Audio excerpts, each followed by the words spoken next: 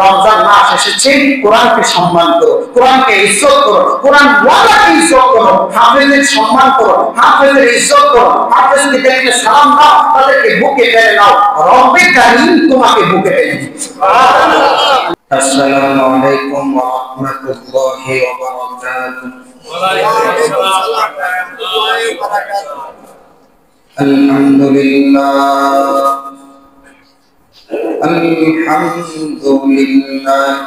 নাহমাদুহু ওয়া নাস্তাঈনুহু ওয়া নাস্তাগফিরুহু ওয়া নু'মিনু বিহি ওয়া নাতাওয়াক্কালু আলাইহি ওয়া নাউযু বিল্লাহি মিন শুরুরি আনফুসিনা ومن سيئات أعمالنا من يهده الله فلا مضل له ومن يضلله فلا هادي له ونشهد أن لا إله إلا الله وحده لا شريك له ونشهد أن سيدنا وسندنا وحبيبنا وحبيب ربنا ومولانا محمدا عبده ورسوله صلى الله تعالى عليه وعلى آله وأصحابه أجمعين أما بعد فقد قال الله تبارك وتعالى في كلامه المجيد والفرقان الحميد أعوذ بالله من الشيطان الرجيم بسم الله الرحمن الرحيم شهر رمضان الذي أنزل فيه القرآن هدى للناس وبينات من الهدى والفرقان فمن شهد منكم الشهر فليصم ومن كان مريضا أو على سفر فعدة من أيام أخر يريد الله بكم اليسر ولا يريد بكم العسر ولتكملوا العدة ولتكبروا الله على ما هداكم ولعلكم تشكرون وقال النبي صلى الله عليه وسلم يقال لصاحب القرآن اقرأ وارتقي ورتل كما كنت ترتل في الدنيا فإن منزلك عند آخر آية تقرأها. رواه أبو داود. وقال النبي صلى الله عليه وسلم: من قرأ حرفا من كتاب الله فله به حسنة، والحسنة بعشر أمثالها. لا أقول ألف لام ميم حرف، ولكن ألف حرف، لام حرف، ميم حرف. رواه الترمذي. أو كما قال النبي صلى الله عليه وسلم. সকলে নামাজের শুকর করি।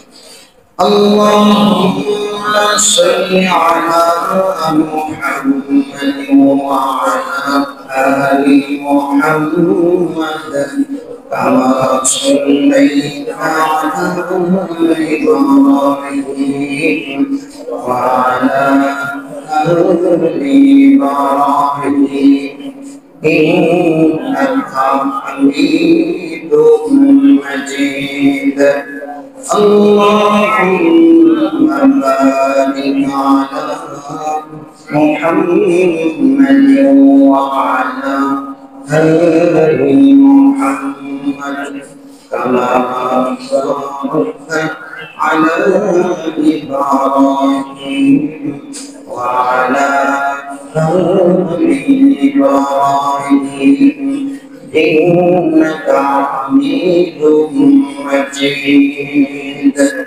আল্লাহ রাব্বুল আলামিনের দরবারে লাখো কোটি শুকরিয়া যে মহান রব্বে কারীম আপনাকে আমাকে শুক্রবার দিন রমজানুল মুবারকের প্রথম জুমা আদায় করার জন্য উত্তরা সুজানপাড়া জামে মসজিদে আগে এসে বসে কিছু কথা বলার এবং শোনার তৌফিক দান করেছেন। এজন্য দিনকে উজাড় করে অন্তরের স্থল থেকে উচ্চ কণ্ঠে বলি আলহামদুলিল্লাহ।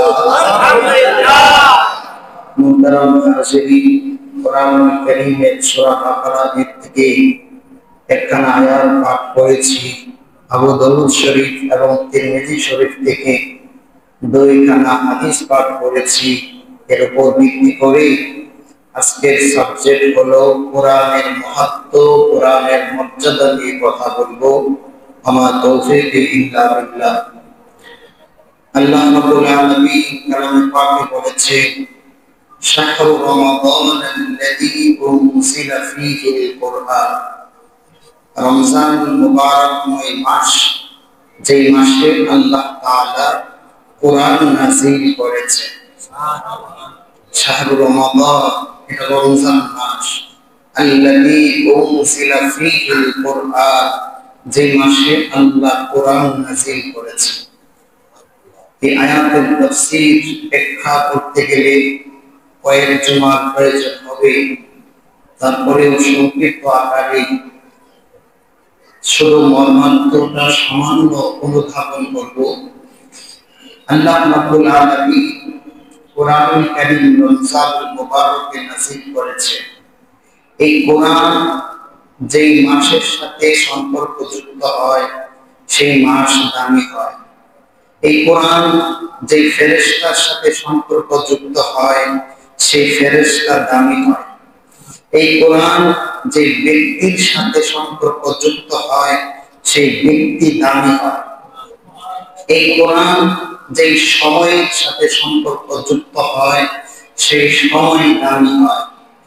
এই কোরআন যেই স্থানের সাথে, যেই মাকামের সাথে, যেই জায়গার সাথে সম্পর্কযুক্ত হয় সেই জায়গাটাও রবের কাছে পৃথিবীর জুড়ে সবচেয়ে উন্নত জায়গা হিসেবে পরিণত হয়। কোরআনের আজমত, কোরআনের মর্যাদা।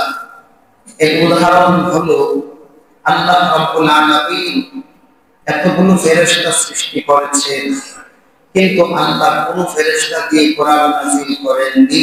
একজন ফেরেশতা দিয়ে কোরআন নাযিল করেছেন, তার নাম জিবরাইল। জিবরাইল আলাইহিস সালামের মারফতে কোরআন নাযিল হওয়ার কারণে সমস্ত মালায়েকাদের সর্দার হয়েছেন জিবরাইল। সুবহানাল্লাহ। সুবহানাল্লাহ। সমস্ত মালায়েকাদের সর্দার হয়েছে জিবরাইল, কারণ তারে দিয়ে কোরআন নাযিল করেছেন। সুবহানাল্লাহ। এই কোরআন নাযিল হয়েছে আকায়ে নামদার তাজদের মদিনা নবী মুহাম্মদের উপর। এই জন্য সমস্ত নবী আর রাসূলের উপর সবচেয়ে বেশি মর্যাদাশীল হয়েছেন আমার নবী আপনার। সুবহানাল্লাহ। এই কোরআন নাযিল হয়েছে অন্যান্য মাসে নয়, রমজানুল মুবারকে।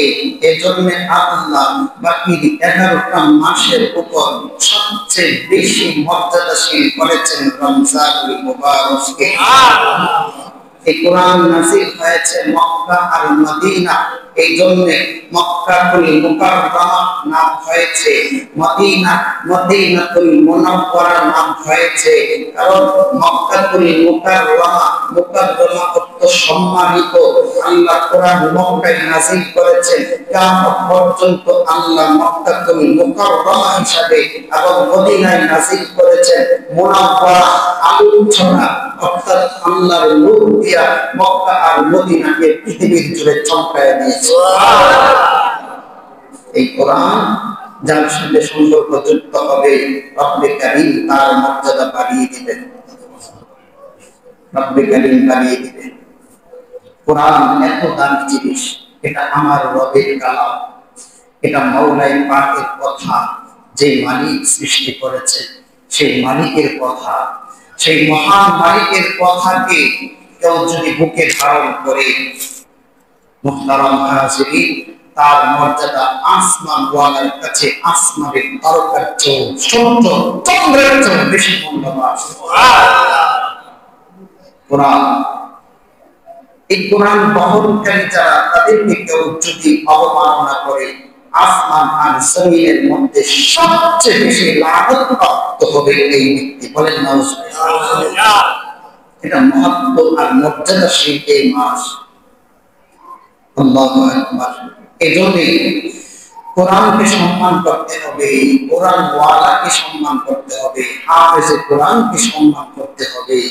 কোরআন যারা বহন করে, কোরআন যারা ইয়াদ করে, কোরআন যারা তিলাওয়াত করে, কোরআন যারা অর্থ বোঝে, কোরআন পাঠ করে, মর্ম বোঝে, বিধিবিধান অনুপাতে জীবন যাপন করে, আল্লাহর হাবিব সাল্লাল্লাহু আলাইহি ওয়াসাল্লাম বলেছে, দুনিয়ার কোন মানুষ যদি তাকে সম্মান না করতে পারে, আমার রাসূল বলেছেন আল দাউদ শরীফের 1464 নম্বর হাদিস, কিয়ামতের মাঠে রব্বে কারীম হাশরের মাঠে ওই কোরআন বহনকারী ওয়ালাকে ডাকবে।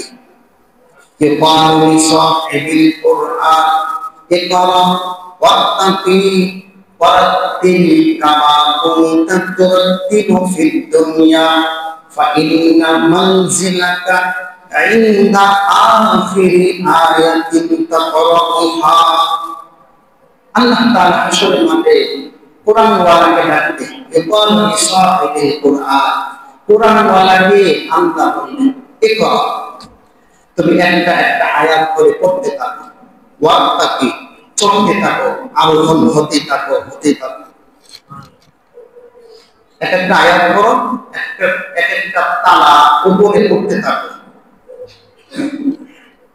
ইকাল লিসাহিবিল কুরআন, কোরআন ওয়ালাকে আল্লাহ বলবে, ইকরা, একটা আয়াত করো, ওয়াত্তাকি, আরোহণ হতে থাকো উপরে, ওয়ারাত্তিল কামা কুনতা তুরাত্তিলু ফিদ দুনিয়া, দুনিয়ার মধ্যে যেভাবে তারতিলের সাথে সহি শুদ্ধভাবে বিশুদ্ধভাবে কোরআন পড়েছ, এইভাবে তুমি দৃঢ়তার সাথে কোরআনের এক একটা আয়াত পড়ো, এক একটা তালা উপরে পড়তেই থাকো। ওয়াত্তাকি কামা কুনতা তুরাত্তিলু ফিদ দুনিয়া ফাইন্না মানসিলাকা ইনদা আখিরি আয়াতিন তাকরাউ।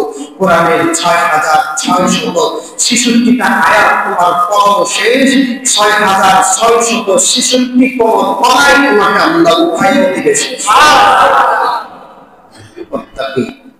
فإن منزلك عند آخر آية تقرأها। কোরআন বড় সম্মানিত। কোরআন অর্থ পড়া। কোরআন অর্থ কি? পড়া। মানে কোরআন পড়ো আর অর্থ বুঝো, মর্ম বুঝে আমল করো। এখন আমাদের সমাজে একটা ভুল প্রচলন আছে। কি প্রচলন? যে কোরআন না বুঝে পড়লে কোনো মূল্য নাই। বলেন নাউজুবিল্লাহ। কোরআনের আয়াত পাঠ করলে, অক্ষর পড়লে কোনো মূল্য নাই। অথচ আল্লাহর হাবিব বলেছে, তিরমিজি শরীফে 2910 নম্বর হাদিস, রাসূল পাক সাল্লাল্লাহু আলাইহি ওয়াসাল্লাম বলেছেন, মান ক্বারা হারফান মিন কিতাবিল্লাহ ফালাহু বিহি হাসানাতান ওয়াল হাসানাতু বিআশরি আমসালিহা লা আকুলু আলিফ লাম মিম হারফুন ওয়ালাকিন আলিফুন হারফুন লাম হারফুন মিম হারফুন। রাসূল বলেছেন, যে ব্যক্তি কোরআনের এক একটা হরফ পড়বে, একে 10, রমজানে 70, 10 দিয়া 70 গুণ দিলে 700, একটা হরফ পড়বে তার আমল নামায় 700 নেকি দান করবে। ওয়াল হাসানাতু বিআশরি আমসালিহা লা আকুলু আলিফ লাম মিম হারফুন। আলিফ লাম মিম 3টা হরফ। আলিফ লাম মিম 3টা হরফ।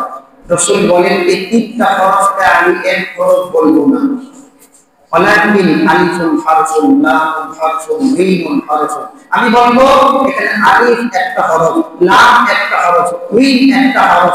অর্থাৎ এতে যদি 70 হয়, তাহলে 70 কে 10 দিয়ে গুণ দিলে 700। 3 হরফে 3 7 কত? রমজানুল মুবারকে এই 3টা হরফ পড়লে তার আমল নামায় 2100 সওয়াব দেওয়া হবে। সুবহানাল্লাহ। তাহলে অর্থ না বুঝে পড়লে সওয়াব আছে না নাই? আছে। অর্থ না বুঝে পড়লে সওয়াব আছে না নাই? এই হুজুর কি বানায় কথা বলছে এখানে? কে বলছে? রাসূল বলছে। কে বলছে? রাসূল বলেছে। এইজন্য কোরআন বুঝে পড়া এটা আরেকটা সওয়াব। কোরআন বুঝে পড়া ফরজে কিফায়া। কোরআনের অর্থ বোঝা, মর্ম বোঝা ফরজে কিফায়া। কোরআনকে বিশুদ্ধভাবে পড়া ফরজ। বুঝেন নাই কথা? কোরআন বিশুদ্ধভাবে পড়া কি ফরজ, আর অর্থ বোঝা ফরজে কিফায়া। কোরআনের মর্ম আর তাফসীর শোনার পর ফরজ না। এটা বিশেষ দায়িত্বশীল ব্যক্তি যারা হবে, আল্লাহর পক্ষ থেকে এটা স্পেশাল একটা ব্যক্তি থাকবে। প্রত্যেক বংশ থেকে, প্রত্যেক গোষ্ঠী থেকে আল্লাহ তাআলা কোরআনে বলে দিয়েছেন, অনেক বড় জনগোষ্ঠী থেকে সামান্য পরিমাণ লোককে কোরআন হাদিস শিক্ষা করে তার বাড়িতে ফিরে এসে জনসাধারণকে কোরআন হাদিসের জ্ঞান দেবে, আর তারা সেই অনুপাতে জীবন যাপন করবে। রাসূল নাই, রাসূলের জায়গা পূরণ করতে হবে। এজন্য কোরআনকে যারা বহন করে, কোরআনের মর্ম বুঝে, তাদের কথা অনুপাতে জীবন যাপন করা। রাসূল বলেছে, কোরআনকে কেউ যদি বিশুদ্ধভাবে না পড়তে পারে, তার জন্য আবার লানত আছে। আমার বাপ কথা বুঝতেছে?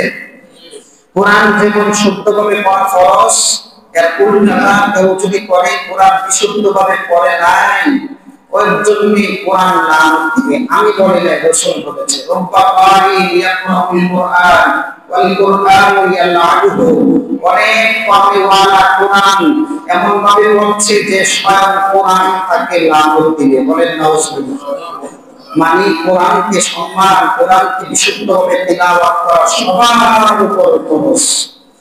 সবার উপর ফরজ। ইবাদতের মধ্যে সর্বোত্তম ইবাদত হলো নামাজ।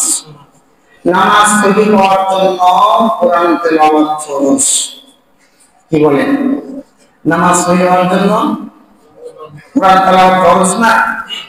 কোরআন তেলাওয়াত যদি বিশুদ্ধ না হয়, তাহলে কি অবস্থাটা হবে? হ্যাঁ, 60 বছর, 50 বছর, 40 বছর ইবাদত করেছেন, একটি বার কোরআনকে শিক্ষার জন্য একটু মেহনত করলেন না, কপালে দাগ পড়ে গেছে।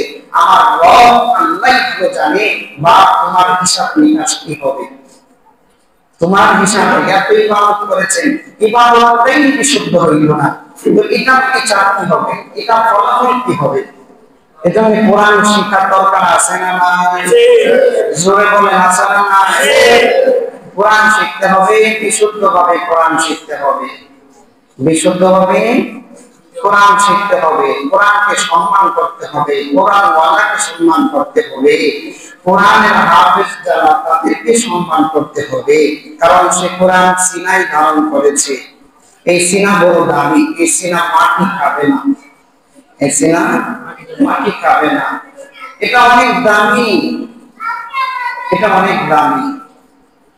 কোরআনকে পরিত্যক্ত মনে করা যাবে না, কোরআনকে পরিত্যক্ত বলা যাবে না, কোরআনের জ্ঞানকে অহেতুক মনে করা যাবে না।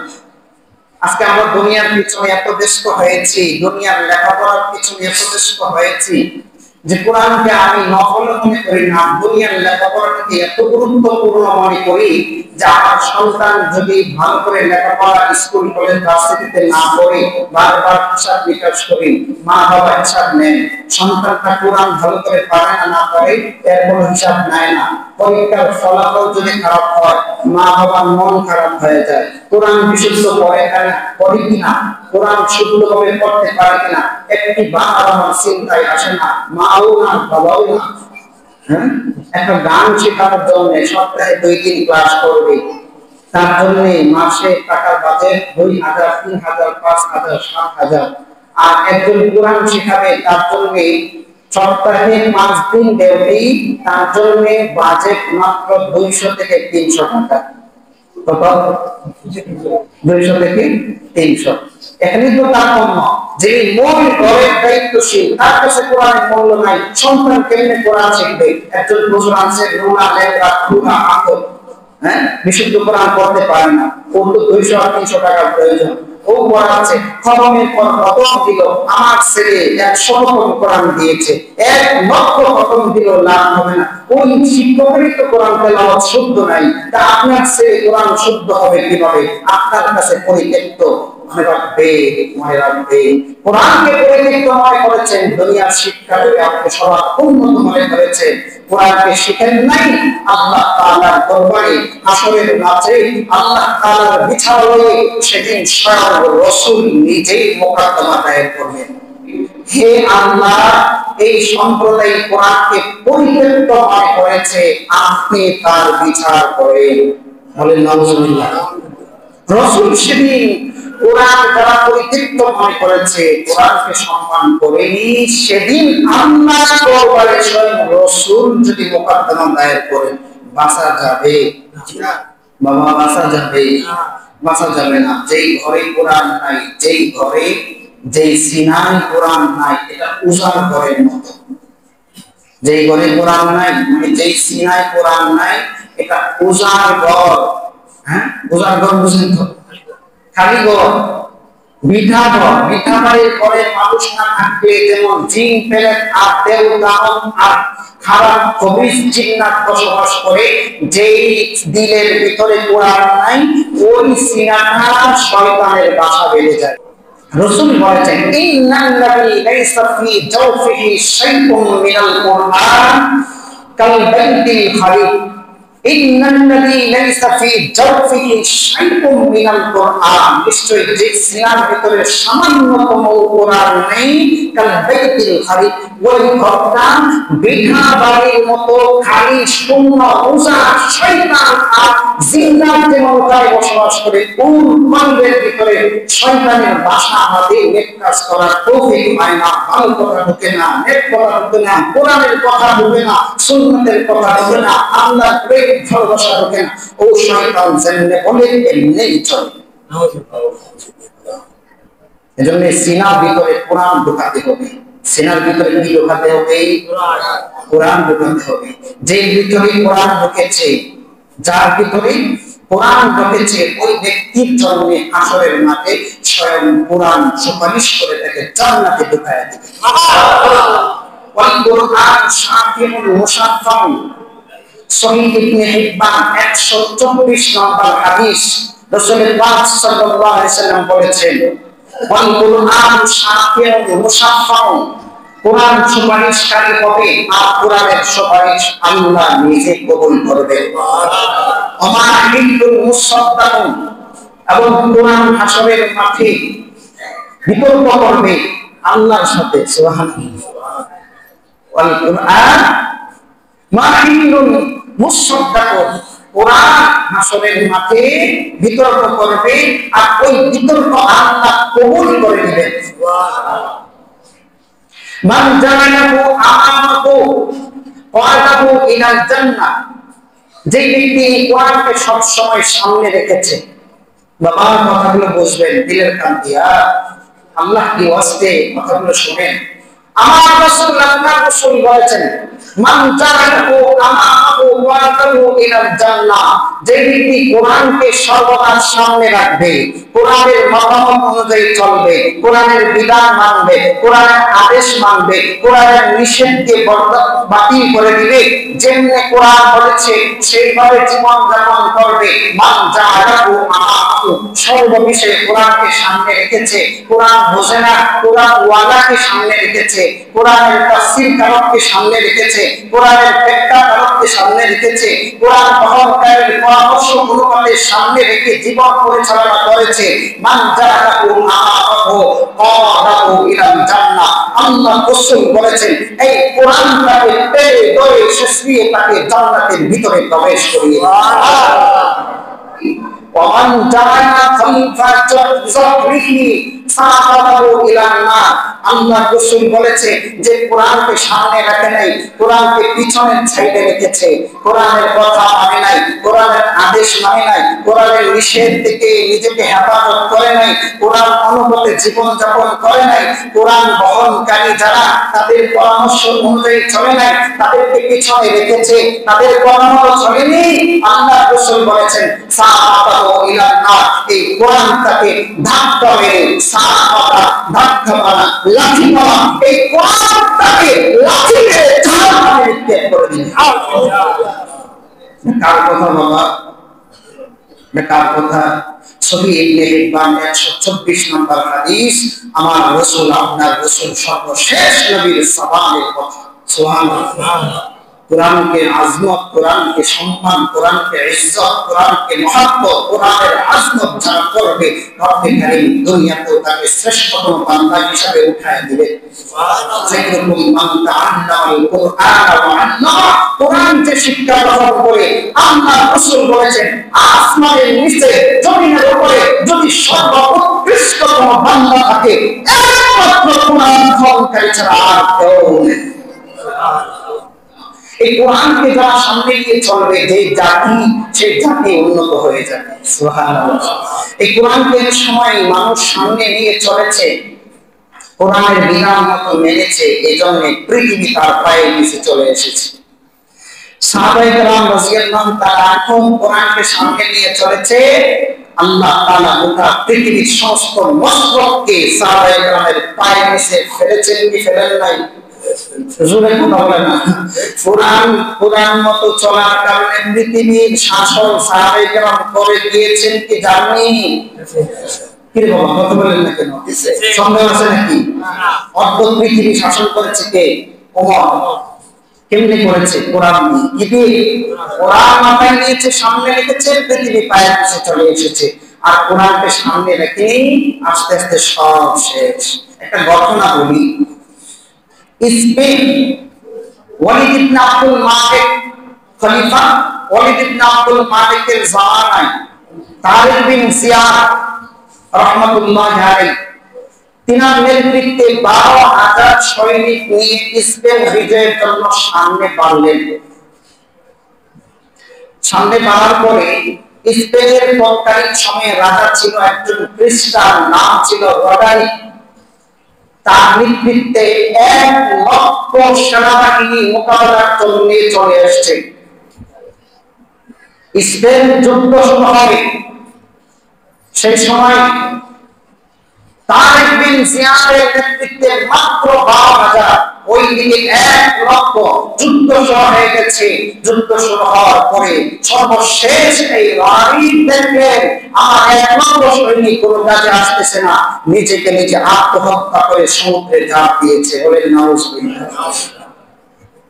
স্পেন জয়ী হলো।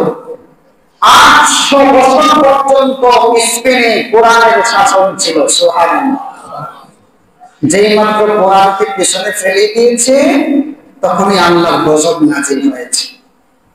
স্পেনের মূল শহরের মধ্যে একটা মসজিদ নির্মাণ করেছিল, যার খুঁটি ছিল 1470টি। মসজিদের খুঁটি কয়টা? মানে ছোট মসজিদ। এত বড় মসজিদ যে ওয়াক্তিয়া নামাজে 1,00,000 মানুষ হইত। সুবহানাল্লাহ। যেখানে জুমার নামাজের মধ্যে 1/2 কেজি পরিমাণ এক ধরনের গাছ আছে যারা আতর হিসাবে ব্যবহার করে, চন্দন গাছ বলেন। এই চন্দন গাছের গ্রাম সুগ্রাম ছড়ানোর জন্য মসজিদে 1/2 কেজি পরিমাণ প্রত্যেক জুমাতে ব্যবহার করা হতো। প্রতি বছর 314 মণ তেল ব্যবহার করা হতো, 3.5 মণের মতো মোম ব্যবহার করা হতো। আর মোমের ভিতরে যে সুতা থাকে, ওই সুতাটা প্রতি বছরে 34.5 লাগতো। এত বড় মসজিদ, সেই মসজিদে মানুষ ইবাদত করত। এক পর্যায়ে তাদের ভিতরে ওয়াহান চলে এসেছে। ওয়াহান অর্থাৎ দুনিয়ার মহব্বত আর মৃত্যুর ভয়। যখন 800 বছর পর্যন্ত মুসলমানরা এখানে শাসন করেছে, যেই মাত্র দুনিয়ার মহব্বত চলে এসেছে, মৃত্যুর ভয় চলে এসেছে, কোরআনকে পিছনে ফেলে দিয়েছে, অমৃতেই সেখানকার খ্রিস্টান রাজা তাদের উপর আক্রমণ করে বসলো। আপনারা ইতিহাস দেখেছেন কত নির্মমভাবে তাদেরকে হত্যা করেছে। ওই বিশাল মসজিদের ভিতরে 7,00,000 নারী পুরুষ, মুসলিম নারী পুরুষকে ভিতরে ঢুকিয়ে অবমুক্ত করে চতুর্পাশ দিয়ে আগুন জ্বালিয়ে 7,00,000 মানুষকে চির করে নির্মমভাবে হত্যা করেছে। আপনারা ইতিহাস পড়েছেন। কেন? কোরআনকে ছেড়ে দিয়েছে। কোরআনকে সামনে রাখতে হবে। কোরআনের অবমাননা করলে রব সহ্য করে না। কোরআনের অবমাননা। আরেকটা ঘটনা বলতে পারবো কিনা বলেই ফেলি। তুরস্কের নৌঘাটি আছে একটা সাগরের কিনারায়। অবসরপ্রাপ্ত জেনারেলদের অভ্যর্থনা জানানোর জন্য একটা অনুষ্ঠান তৈরি করবে, উন্মুক্ত অনুষ্ঠান। যেই অনুষ্ঠানে ইহুদি ইসরায়েলি কর্নেল 30 জনের উপরে দাওয়াত দিয়েছে এবং আমেরিকান প্রায় 30-এর উপরে জেনারেল দাওয়াত দিয়েছে।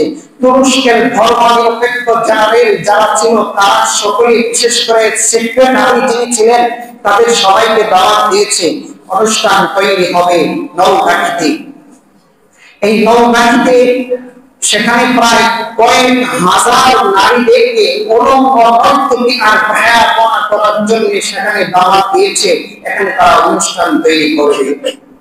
এক পর্যায়ে সংক্ষেপে বলছি, সেই সময়টা জর্ডান বা বাহরাইনের পত্রিকায় যা এসেছিল আপনারা দেখতে পেরেছেন বা দেখবেন, ইতিহাস কাটাবেন। সেখানে নর্তকী এনে তাদেরকে নাচ গান করাবে। জেনারেলদের চতুর্পাশে উলঙ্গ আর ভয়াবনা করা নারীরা নাচ গান শুরু করে দিয়েছে। হঠাৎ করে ধর্মনিরপেক্ষতার সেই একজন জেনারেল, তুর্কীয় জেনারেল, যখন পুরা উন্মুক্ত মদ আর নিশাযুক্ত জিনিস খেয়ে যখন তারা নাচ গান শুরু করে দিল, এমন সময় ধর্মনিরপেক্ষতার একজন জেনারেলের ভিতরে ঢুকলো, এই কোরআনটা নিয়ে আসো। একজন ক্যাপ্টেনকে ডাক দিল। ক্যাপ্টেন দৌড়ে আসলো। জি বলেন, কোরআন নিয়ে আসো। তিনি দৌড়ে কোরআন নিয়ে আসছে। কি করবে? আদেশ দিয়েছে। কোরআন আমার করে বলছে 14 নম্বর পারা সূরা হিজরের 9 নম্বর আয়াত হলো। সূরা হিজরের 9 নম্বর আয়াত হলো। যেই মাত্র 9 নম্বর আয়াত খুলেছে তো পড়ো। আল্লাহ রাব্বুল আলামিন এই কালাম সে করেছে, ইন্না নাহনু নাযালনা যিকরা ওয়া ইন্না লাহু লাহাফিজুন। আল্লাহ বলেছেন, আমি কোরআন নাযিল করেছি, এই কোরআনের হেফাজত আমি আল্লাহ নিজেই করব। সুবহানাল্লাহ। তো তুমি না অর্থ বুঝেছো, মর্ম বুঝো। উনি তো সংকিত, উনি মর্ম বলে না। তো আমি বুঝি না, আপনি বলেন। ওইটা মর্ম হলো, যে কোরআন যার নামে নাজিল হয়েছে সেই মহান মালিক আল্লাহ বলছে এই কোরআন নাকি হেফাজত করবে। একটু দাঁড়াও, কোরআন কেমনে হেফাজত করে আমি এটা দেখায় দেই। সবার সামনে প্রকাশ্যে কোরআনের মাথা পৃষ্ঠাগুলোকে ছিঁড়ে ছিঁড়ে এই উলঙ্গ রক্তকে নারীদের উপরে ছিটায় দিয়েছে। আর এই গ্রাম থেকেই এক নারীরা রক্তকে কোরআনের পৃষ্ঠাগুলোকে পাচ্ছে। এই দৃশ্য যখন ক্যাপ্টেন দেখলো, ক্যাপ্টেন দৌড়ে আকবরের ধ্বনিতে ওই তাড়াতাড়ি নৌঘাটি ছেড়ে দিল। ইতিহাস সাক্ষী, যেই মাত্র কোরআনকে অবমাননা করেছে সেই তুরস্কের নৌঘাটির ভিতরের অংশ থেকে, সাগরের ভিতর থেকে এক লাল রক্তিময় এক আবহাওয়ার মতো কি যেন শহরের ভিতর থেকে চলে আসছে। আস্তে আস্তে তারা দেখতেছে সকল ভিতরের দিক থেকে ওনাকে সাদা বের হয়ে গেছে। সকল মানুষগুলো দেখছে কি যেন আগুনের মতো শব্দ করছে, সুরসুর শব্দ করছে। কাছে আসা মাত্র খুব করে বিপদ আওয়াজ এসে ওই মুহূর্তে নবঘাটিতে যারা বসবাস করত সবগুলোকে মাটির নিচে থামিয়ে দিয়েছে। এবং তার চতুর্পাশে এত ভূমিকম্প হয়েছে, লক্ষ লক্ষ মানুষের সেদিন মারাত্মক ধরনের ক্ষয়ক্ষতি হয়েছে। এই এক আক্রমণে 50,000-এর ঊর্ধ্বে মানুষ এখানে মৃত্যুবরণ করেছে। এটা হলো কোরআনের অবমাননা। কোরআন, বিশেষ করে কোরআনকে যারা গ্রহণ করে হাফেজে কোরআন, আলেমে রব্বানি, তাদের সাথে বেয়াদবি করিও না। আমি এটা ছোট্ট ঘটনা শেষ। আব্দুল কাদের জিলানী রাহমাতুল্লাহ আলাইহি, তাকে রাগ হয়েছে, গুসা হয়েছে। আব্দুল কাদের জিলানী রাহমাতুল্লাহ আলাইহি তাকে ঠাকাইলে পুরো যাবে। এখন তিনি কিছু পথ করে ছাড়াটা গুহায়া উপরের দিকে থাকিয়েছে। গাছে ছিল পেঁচা, এই পেঁচাটা গাছে ছিল উপরে সাইখায় হয়ে গেছে। এজন্য সাবধান, কোরআনের হাফেজদেরকে সম্মান করিও বা তোমার সম্মান আল্লাহ বৃদ্ধি করে দেবে। রমজান মাস এসেছে, কোরআনকে সম্মান করো, কোরআনকে ইজ্জত করো, কোরআন ওয়ালাকে ইজ্জত করো, হাফেজের সম্মান করো, হাফেজের ইজ্জত করো। হাফেজকে দেখলে সালাম দাও, তাদেরকে বুকে টেনে নাও। রব্বে কারীম তোমাকে বুকে টেনে নেবে।